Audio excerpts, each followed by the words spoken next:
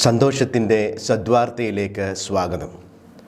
വചനിപ്പ് കാലം വിശുദ്ധ ദൈവമാതാവ് എലിസബത്തിനെ സന്ദർശിക്കുന്നു. ഇന്ന് നമുക്ക് ലഭിച്ചിരിക്കുന്ന വേദഭാഗം ലൂക്കോസിൻ്റെ സുവിശേഷം 1-ാം അധ്യായം 39 മുതൽ 56 വരെയുള്ള വാക്യങ്ങളാണ്. ഈ സുവിശേഷ ഭാഗം നമുക്ക് ശ്രവിക്കാം. ആ ദിവസങ്ങളിൽ മറിയാം യൂദയായിലെ മലമ്പ്രദേശത്തുള്ള ഒരു പട്ടണത്തിലേക്ക് തിടുക്കത്തിൽ യാത്ര പുറപ്പെട്ടു. അവൾ സഖറിയായുടെ വീട്ടിൽ പ്രവേശിച്ച് എലിസബത്തിനെ അഭിവാദനം ചെയ്തു. മറിയത്തിൻ്റെ അഭിവാദനം കേട്ടപ്പോൾ എലിസബത്തിൻ്റെ ഉദരത്തിൽ ശിശു കുതിച്ചു ചാടി. എലിസബത്ത് പരിശുദ്ധാത്മാവ് നിറഞ്ഞവളായി. അവൾ ഉദ്ഘോഷിച്ചു, നീ സ്ത്രീകളിൽ അനുഗ്രഹീതയാണ്, നിന്റെ ഉദരഫലവും അനുഗ്രഹീതം. എൻ്റെ കർത്താവിൻ്റെ അമ്മ എൻ്റെ അടുത്ത് വരുവാനുള്ള ഈ ഭാഗ്യം എനിക്ക് എവിടെ നിന്ന്? ഇതാ, നിന്റെ അഭിവാദന സ്വരം എൻ്റെ ചെവികളിൽ പതിച്ചപ്പോൾ ശിശു എൻ്റെ ഉദരത്തിൽ സന്തോഷത്താൽ കുതിച്ചു ചാടി. കർത്താവ് അരുളി ചെയ്ത കാര്യങ്ങൾ നിറവേറുമെന്ന് വിശ്വസിച്ചവൾ ഭാഗ്യവതി. മറിയം പറഞ്ഞു, എൻ്റെ ആത്മാവ് കർത്താവിനെ മഹത്വപ്പെടുത്തുന്നു, എൻ്റെ ചിത്തം എൻ്റെ രക്ഷകനായ ദൈവത്തിൽ ആനന്ദിക്കുന്നു. അവിടുന്ന് തൻ്റെ ദാസിയുടെ താഴ്മയെ കടാക്ഷിച്ചു. ഇപ്പോൾ മുതൽ സകല തലമുറകളും എന്നെ ഭാഗ്യവതി എന്ന് പ്രകീർത്തിക്കും. ശക്തനായവൻ എനിക്ക് വലിയ കാര്യങ്ങൾ ചെയ്തിരിക്കുന്നു. അവിടുത്തെ നാമം പരിശുദ്ധമാണ്. അവിടുത്തെ ഭക്തരുടെ മേൽ തലമുറകൾ തോറും അവിടുന്ന് കരുണ വർഷിക്കും. അവിടുന്ന് തൻ്റെ ഭുജം കൊണ്ട് ശക്തി പ്രകടിപ്പിച്ചു. ഹൃദയവിചാരത്തിൽ അഹങ്കരിക്കുന്നവരെ ചിതറിച്ചു. ശക്തന്മാരെ സിംഹാസനത്തിൽ നിന്ന് മറിച്ചിട്ടു. എളിയവരെ ഉയർത്തി. വിശക്കുന്നവരെ വിശിഷ്ട വിഭവങ്ങൾ കൊണ്ട് സംതൃപ്തരാക്കി. സമ്പന്നരെ വെറും കൈയോടെ പറഞ്ഞയച്ചു. തൻ്റെ കാരുണ്യം അനുസ്മരിച്ചുകൊണ്ട് അവിടുന്ന് തൻ്റെ ദാസനായ ഇസ്രായേലിനെ സഹായിച്ചു. നമ്മുടെ പിതാക്കന്മാരായ അബ്രാഹത്തോടും അവൻ്റെ സന്തതികളോടും എന്നേക്കുമായി ചെയ്ത വാഗ്ദാനം അനുസരിച്ചു തന്നെ. മറിയം അവളോടുകൂടെ 3 മാസത്തോളം താമസിച്ചു. പിന്നെ വീട്ടിലേക്ക് മടങ്ങി. ദൈവമേ, സ്തുതി നിനക്ക് യോഗ്യമാകുന്നു. ബാറയ്ക്കുമോർ. ദൈവനാമത്തിന് മഹത്വമുണ്ടായിരിക്കട്ടെ. ഈ ബൈബിൾ ഭാഗത്തിൽ എലിസബത്തുമായുള്ള മറിയത്തിൻ്റെ കൂടിക്കാഴ്ചയെക്കുറിച്ച് ലൂക്കോസ് വിവരിക്കുന്നു. ഈ സംഭവം യോഹന്നാൻ്റെയും യേശുവിൻ്റെയും ബാല്യകാല സുവിശേഷങ്ങളെ ബന്ധിപ്പിക്കുന്ന കണ്ണിയാണ്. ലൂക്കോസ് സ്ത്രീകളോടുള്ള ഉയർന്ന ബഹുമാനത്തിനും അവർക്ക് നൽകുന്ന പ്രാധാന്യത്തിനും പേരുകേട്ട സുവിശേഷകനാണ്. ഇതിൻ്റെ ആദ്യ ഉദാഹരണം ഈ ബൈബിൾ ഭാഗത്ത് വരുന്നു. യോഹന്നാൻ സ്നാപകൻ്റെ അമ്മ എലിസബത്ത്, മിശിഹായുടെ അമ്മ മറിയം എന്നീ 2 സ്ത്രീകളിലേക്കാണ് ഇവിടെ നമ്മുടെ ശ്രദ്ധയെ സുവിശേഷകൻ കേന്ദ്രീകരിക്കുന്നത്. അവർ 2 പേരും ദൈവഭക്തരായ സ്ത്രീകളായിരുന്നു. 2 പേരും ലളിതമായ സാമൂഹികവും സാമ്പത്തികവുമായ ചുറ്റുപാടിൽ നിന്നുള്ള സ്ത്രീകളും ആയിരുന്നു. ലൂക്കോസിൻ്റെ സുവിശേഷം 1-ാം അധ്യായം 36 മുതൽ 59 വരെയുള്ള ഈ ഭാഗം മറിയത്തിൻ്റെ യാത്രയുടെയും അവളുടെ വീട്ടിലേക്കുള്ള മടങ്ങിവരവിൻ്റെ പശ്ചാത്തലത്തിൽ ഒരു സ്വതന്ത്ര ഭാഗമായിട്ട് വേറിട്ട് നിൽക്കുന്നു. മറിയം തൻ്റെ ഗർഭത്തിൻ്റെ 6-ാം മാസത്തിൽ എലിസബത്തിനെ സന്ദർശിച്ച് 3 മാസം അവളോടൊപ്പം ജീവിച്ചു. ഇതിനർത്ഥം സ്നാപയോഹന്നാൻ്റെ ജനനം വരെ മറിയം എലിസബത്തിനോടൊപ്പം താമസിച്ചു എന്നാണ്. ഈ ബൈബിൾ ഭാഗം ഇപ്രകാരം ക്രമീകരിച്ചിരിക്കുന്നു. 1-ാം അധ്യായം 39 മുതൽ 41 വരെയുള്ള വാക്യങ്ങൾ ആഖ്യാനത്തിൻ്റെ ആമുഖമായി അവതരിപ്പിക്കുന്നു. മറിയം എലിസബത്തിനെ കാണാൻ പുറപ്പെട്ടു. മറിയത്തിൻ്റെ ആശംസകൾ, എലിസബത്തിൻ്റെ കുഞ്ഞിൻ്റെ പ്രതികരണം. 1-ാം അധ്യായം 42 മുതൽ 45 വരെയുള്ള വാക്യങ്ങൾ മറിയത്തിന് എലിസബത്തിൻ്റെ ആശീർവാദം അല്ലെങ്കിൽ പ്രശംസ. 1-ാം അധ്യായം 46 മുതൽ 50 വരെയുള്ള വാക്യങ്ങൾ മറിയം ദൈവത്തെ സ്തുതിക്കുന്നു, കാരണം അവൻ മറിയത്തെ വ്യക്തിപരമായി രക്ഷിച്ചു. 1-ാം അധ്യായം 56-ാം വാക്യം ആഖ്യാനത്തിൻ്റെ ഉപസംഹാരമായി കാണാം. എലിസബത്തിൽ നിന്ന് മറിയം വീട്ടിലേക്ക് മടങ്ങുന്നു. ഈ ഭാഗം മുൻപത്തെ 2 വേദഭാഗങ്ങൾ സഖറിയായ്ക്കുള്ള സന്ദേശവും മറിയത്തിനുള്ള സന്ദേശവും സംയോജിപ്പിക്കുന്നു. ഇവിടുത്തെ പ്രതിപാദ്യം പ്രഖ്യാപനത്തിൽ നിന്ന് പൂർത്തീകരണത്തിലേക്ക് ഉള്ള മാറ്റമാണ്. 2 കുട്ടികളിലൂടെ ദൈവം മനുഷ്യ ചരിത്രത്തിൽ പ്രവർത്തിക്കുന്നു. പ്രവചനം അല്ലെങ്കിൽ സന്ദേശം 2 തലങ്ങളിൽ നൽകപ്പെടുന്നു. ദൃശ്യവും അദൃശ്യവുമായ തലങ്ങൾ. ദൃശ്യതലത്തിൽ പ്രവചനത്തിൻ്റെ പൂർത്തീകരണം മറിയത്തിലൂടെയും എലിസബത്തിലൂടെയുമാണ്.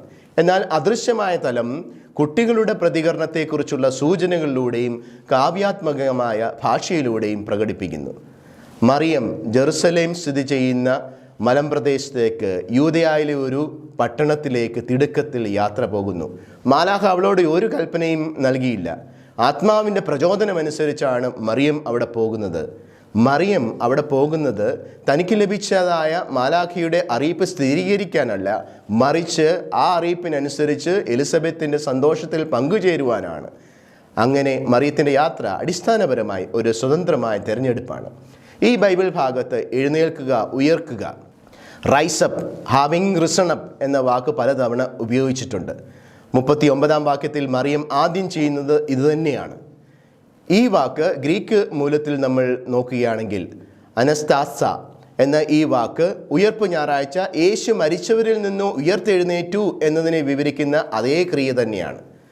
അങ്ങനെയാകുമ്പോൾ ഈ വാക്ക് ഈ വേദഭാഗത്ത് പല ഭാഗത്ത് ഉപയോഗിച്ചിരിക്കുന്നത് ഇതിൻ്റെ ക്രിസ്തു ദർശനത്തിലേക്ക് നമ്മളുടെ ശ്രദ്ധയെ തിരിക്കുന്നു. അവൾ എലിസബത്തിനെ അഭിവാദനം ചെയ്തപ്പോൾ സ്നാപക യോഹന്നാൻ എലിസബത്തിൻ്റെ ഉദരത്തിൽ സന്തോഷത്താൽ കുതിച്ചു ചാടി. അതുപോലെ തന്നെ ഈ സന്തോഷത്താൽ കുതിച്ചു ചാടി എന്ന ക്രിയ പഴയ നിയമത്തിൽ സാധാരണ രീതിയിൽ കുതിച്ചു ചാടുക എന്നുള്ളത് ഗർഭസ്ഥ ശിശുവിൻ്റെ സ്വാഭാവിക ചലനത്തെ നമ്മൾ സൂചിപ്പിക്കുന്നതായി കാണുന്നുണ്ട്.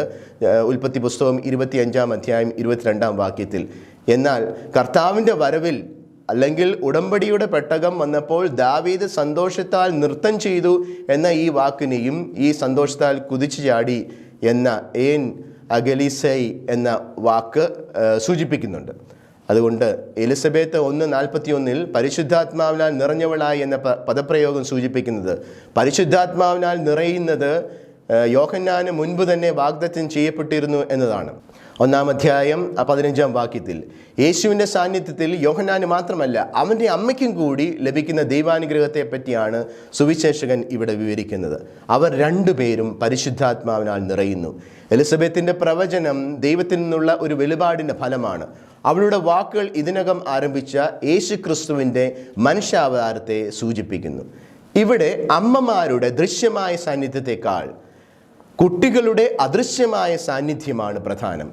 ഗർഭപാത്രത്തിലായിരിക്കുന്ന കുഞ്ഞുങ്ങളിലൂടെ ദൈവത്തിൻ്റെ രക്ഷാകര പ്രവർത്തനത്തിൻ്റെ ഗുണഭോക്താക്കളായ 2 സ്ത്രീകളിലേക്കാണ് ലൂക്കോസ് ഇവിടെ നമ്മുടെ ശ്രദ്ധയെ കേന്ദ്രീകരിക്കുന്നത്. ഇതിലൂടെ ഭ്രൂണഹത്യ സാധാരണമായ ഇക്കാലത്ത് വളരെ പ്രസക്തമായ ഒരു ചോദ്യം ഈ വേദഭാഗം നമ്മുടെ മുമ്പിൽ വയ്ക്കുന്നുണ്ട്. ഈ ഗർഭപാത്രത്തിലായിരിക്കുന്ന കുഞ്ഞുങ്ങൾ എല്ലാം തന്നെ അവരുടെ അമ്മമാർക്ക് അനുഗ്രഹത്തിൻ്റെ കാരണമായി തീരാൻ പറ്റുകയില്ലേ? 1 അധ്യായം 43 വാക്യത്തിൽ ആണ് യേശുവിനെ ആദ്യമായിട്ട് ലൂക്കോസിൻ്റെ സുവിശേഷത്തിൽ കർത്താവ് എന്ന് വിളിക്കുന്നത്, ക്യൂറിയോസ്. ഇത് വിശ്വാസി സമൂഹം ഉയർത്തെഴുന്നേറ്റ യേശുവിന് നൽകുന്ന പേരാണ്. ലൂക്കോസ് 1 അധ്യായം 31 മുതൽ 33 വരെയുള്ള വാക്യങ്ങൾ, 35 വാക്യങ്ങളിലെല്ലാം മറിയത്തോടുള്ള ദൂതൻ്റെ അറിയിപ്പിൻ്റെ പശ്ചാത്തലവുമായുള്ള ബന്ധം യേശുവിൻ്റെ രാജാവായ മിശിഹ എന്ന വ്യക്തിത്വത്തെക്കുറിച്ചുള്ള ഒരു ധാരണ നൽകുന്നുണ്ട്. മറിയത്തിൻ്റെയും യേശുവിൻ്റെയും സന്ദർശനത്തിൽ അല്ലെങ്കിൽ മറിയത്തിൻ്റെയും ദൈവത്തിൻ്റെയും സന്ദർശനത്തിൽ നിന്ന് തനിക്ക് ലഭിച്ച സമ്മാനത്തിൽ എലിസബത്ത് ആവേശത്തോടെ ആശ്ചര്യപ്പെടുന്നു. അതുകൊണ്ടാണ് അവൾ പറയുന്നത്, എൻ്റെ കർത്താവിൻ്റെ അമ്മ എൻ്റെ അടുത്ത് വരുവാനുള്ള ഈ ഭാഗ്യം എനിക്ക് എവിടെ നിന്ന്? എലിസബത്ത് ഇതോടൊപ്പം തന്നെ 44 വാക്യത്തിൽ തൻ്റെ ഉള്ളിൽ എന്താണ് സംഭവിച്ചതെന്ന് മറിയത്തെ അറിയിക്കുന്നുണ്ട്. ദൈവപുത്രൻ്റെ മനുഷ്യാവതാരത്തെ എലിസബത്ത് ശരിയായി വ്യാഖ്യാനിക്കുന്നത് ആത്മാവിൻ്റെ പ്രവർത്തനത്തിലൂടെയാണ്. അതുകൊണ്ടാണ് അത്യന്ത സന്തോഷത്താൽ കുതിച്ചു ചാടുക എന്ന പ്രയോഗം തന്നെ ഇവിടെ സുവിശേഷകൻ ഉപയോഗിക്കുന്നത്. മറിയത്തിൻ്റെ അഭിവാദനത്താലാണ് ഈ അത്യന്ത സന്തോഷത്താൽ ഈ ഉദരത്തിലായിരിക്കുന്ന ശിശു കുതിച്ചു ചാടുന്നത്. ഇതെല്ലാം മിശിഹായുടെ ആഗമനത്തെക്കുറിച്ചുള്ള അല്ലെങ്കിൽ മിശിഹായുടെ ആഗമനത്തിലൂടെയുള്ള രക്ഷയുടെ സന്തോഷത്തിൻ്റെ ആ ഒരു കുതിപ്പാണെന്ന് എസ്കത്തോളജിക്കൽ ജൂബിലേഷൻ സുവിശേഷകൻ നമ്മെ ഓർമ്മിപ്പിക്കുന്നു. 1 അധ്യായം 45 വാക്യത്തിലൂടെ ലൂക്കോസിൻ്റെ സുവിശേഷത്തിൽ മക്കാറിയ, ഭാഗ്യവതി എന്ന അഭിസംബോധന ആദ്യമായി ഒരു വ്യക്തിക്ക് ലഭിക്കുന്നു. അത് മറിയത്തിനാണ്. മറിയത്തിൻ്റെ ഇരട്ട സ്വത്വം എലിസബത്ത് തിരിച്ചറിയുന്നു. അവളെ ഇപ്പോൾ എൻ്റെ കർത്താവിൻ്റെ അമ്മയും കർത്താവ് അരുളി ചെയ്ത കാര്യങ്ങൾ നിറവേറുമെന്ന് വിശ്വസിച്ച സത്യവിശ്വാസിയുമായും എലിസബത്ത് നിർവചിക്കുന്നു. കർത്താവിൻ്റെ അമ്മയാകുക എന്നത് നസ്രത്തിലെ കന്യകയുടെ സവിശേഷവും അതുല്യവും ആവർത്തിക്കാനാവാത്തതുമായ ഒരു സ്വഭാവമാണ്. അതേസമയം വിശ്വാസിയായിരിക്കുക എന്നത് യേശുവിനെ അനുഗമിക്കുന്ന ഓരോ വ്യക്തിയുടെയും ജീവിതത്തിൽ ഉണ്ടായിരിക്കേണ്ട സാധാരണമായ ഒരു സ്വഭാവമാണ്. മറിയത്തെ ആദ്യത്തെ വിശ്വാസിയായി ലൂക്കോസ് അവതരിപ്പിക്കുന്നു. അവൾ ഓരോ വിശ്വാസിയുടെയും വചനം കേൾക്കുകയും അത് പാലിക്കുകയും ചെയ്യുന്നവരുടെ ഒരു മാതൃകയാണെന്ന് ലൂക്കോസ് വീണ്ടും പറയുന്നുണ്ട്. 8-ാം അധ്യായം 21-ാം വാക്യം, 11-ാം അധ്യായം 27 മുതൽ 28 വരെയുള്ള വാക്യങ്ങൾ. മാലാഖയുടെ അറിയിപ്പ് ലഭിച്ച അതേ നിമിഷത്തിൽ തന്നെ വിശ്വസിച്ച മറിയം ഇപ്പോൾ തൻ്റെ വിശ്വാസം തുടരുകയും ചെയ്യുന്നു. അവളുടെ മാതൃത്വം പോലും വിശ്വാസത്തിൽ നിന്നാണ് ജനിക്കുന്നത്. ദൈവം അവളോട് നിർദ്ദേശിച്ചതും അവൾ സന്തോഷത്തോടെ സ്വീകരിച്ചതും ആ ദൗത്യമാണ്. എലിസബത്തിനെ സന്ദർശിക്കുന്നതിലൂടെ മറിയം ഇപ്പോൾ നിർവഹിക്കുന്നതും ദൈവപുത്രൻ്റെ സേവനത്തിൽ തുടർന്ന് നിർവഹിക്കുന്നതും ഇതേ ദൗത്യമാണ്.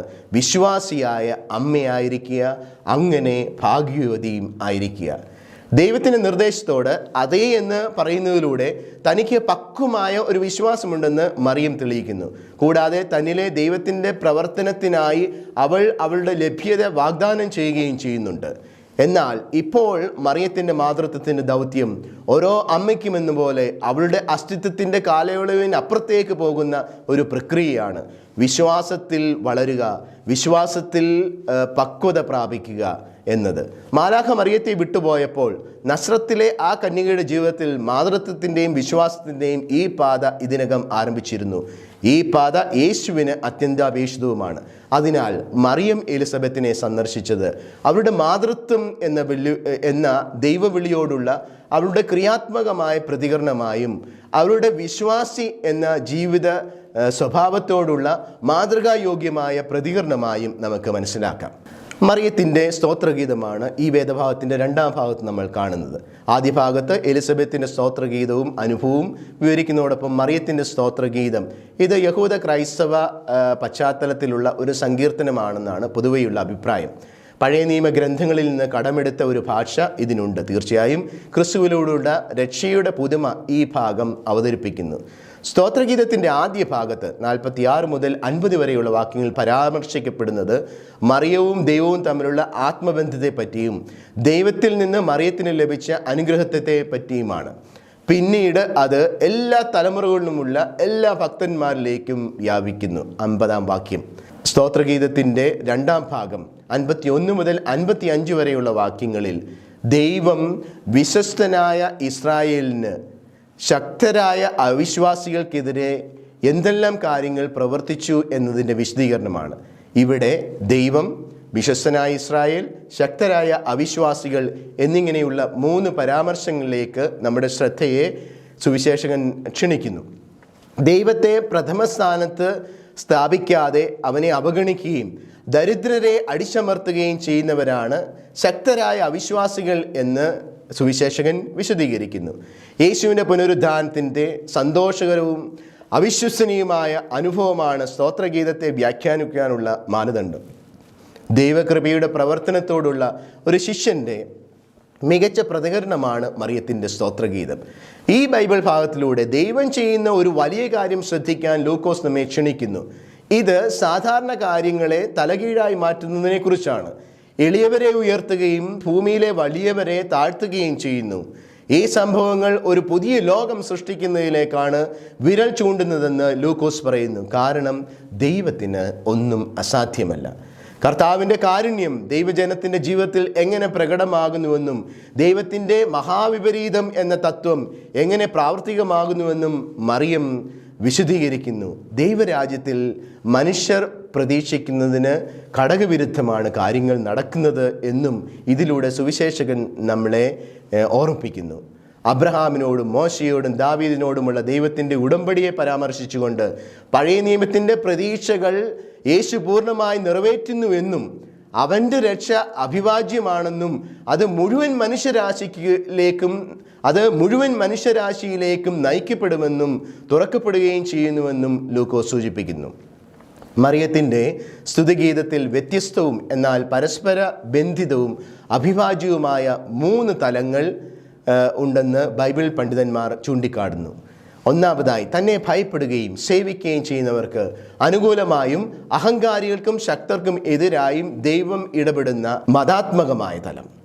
രണ്ടാമത്തേത് കുടുംബത്തെ അടിസ്ഥാനമാക്കി ദൈവം മനുഷ്യർ തമ്മിലുള്ള ബന്ധത്തെ നിർദ്ദേശിക്കുന്ന അതിൻ്റെ സാമൂഹിക രാഷ്ട്രീയ തലം.